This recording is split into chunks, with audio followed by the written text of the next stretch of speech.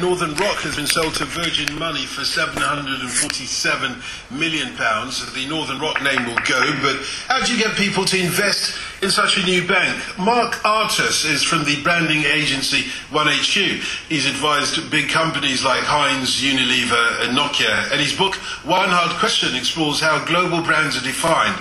Well, I asked him why he thought Virgin would want to get involved with Northern Rock. I don't know whether it's damaged. I think that they've done an awful lot over the last 6 months. I think, although I'm not a financial guy, I understand that they've managed to split the business, and I think they've got the good Northern Rock and the bad Northern Rock. And I think this is where Virgin have bought the good Northern Rock, and I think it's a massive advantage and a massive opportunity for them. What would you do now? What would you do with a problem like Northern Rock? Well, I mean, it's not just Northern Rock. I think the whole financial industry faces the problem that nobody trusts them anymore. And I think what Virgin are going to do is, I think Virgin are a trusted brand. I think they're a people's brand. I think it's a powerful brand, and I think that coming to the marketplace and saying that we're going to do the financial business, we're going to do a financial business slightly differently. I think that's a phenomenally powerful thing, and I think it can only benefit Virgin, and I think it can only certainly benefit Northern Rock. It's been rebranded as Virgin Money. Is that a good move? Well, again, I think Virgin Money, everybody knows what Virgin Money is because Virgin are already doing that. I think the fact that Northern Rock are on the high street and there's a certain kind of tangible aspect to it because it's sort of bricks and mortar rather than click, which is what Virgin is probably now at the moment. So I think it can only be a good thing for them. And if they call it Virgin Banks, then so be it. I think Virgin brand is an incredibly strong brand. People know what it stands for. It stands for looking after people. It stands for being consumer-centric. We've seen that with the airlines. We've seen that with their railway systems. I think it's a brand that people trust, and I think everybody will give it the benefit of the doubt. I think they've probably got a 6-month period to prove that they can do what they say they can do, and I think it'll be phenomenally successful. We've seen it as far back as with the record company back in the 1970s. How does Virgin do it? How does it manage to accrue that consumer trust, first of all, but also to maintain the identity as something that is professional, successful, and something that you can trust?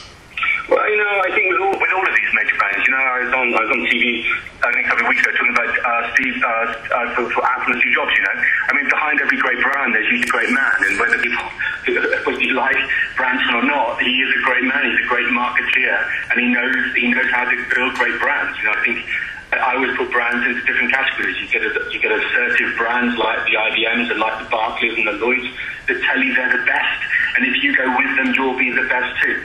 I think there are brands like Virgin and probably Apple that came along and said, you know what, we have an assimilative approach. We're going to do it together, and together we'll be successful. And I think that's what Virgin has always done. I mean, if they can associate themselves with a railway network and turn that into be successful, which I'm sure everybody has the same doubts then as I'm sure everybody's having with Northern Rock right now, I think they are strong enough to succeed. If it's as easy as that, then maybe we should just get Richard Branson to take over everything and it will be successful. Well, it's an argument, isn't it? Because at the end of the day, you wonder whether even the great Richard Branson, would have been able to save Northern Rock, a failing company as it was.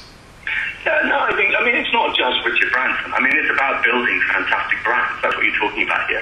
No, can Virgin save everything? Of course they can't. But I think the way that they build brands and the way they've maintained the Virgin brand, I think is admirable. And I don't think I've been in a brainstorming session over the last year where somebody hasn't said, imagine what your concept would be like if Virgin owned it. And all of a sudden everybody's faces light up and they seem to have a very clear picture as to what they would do with their concept.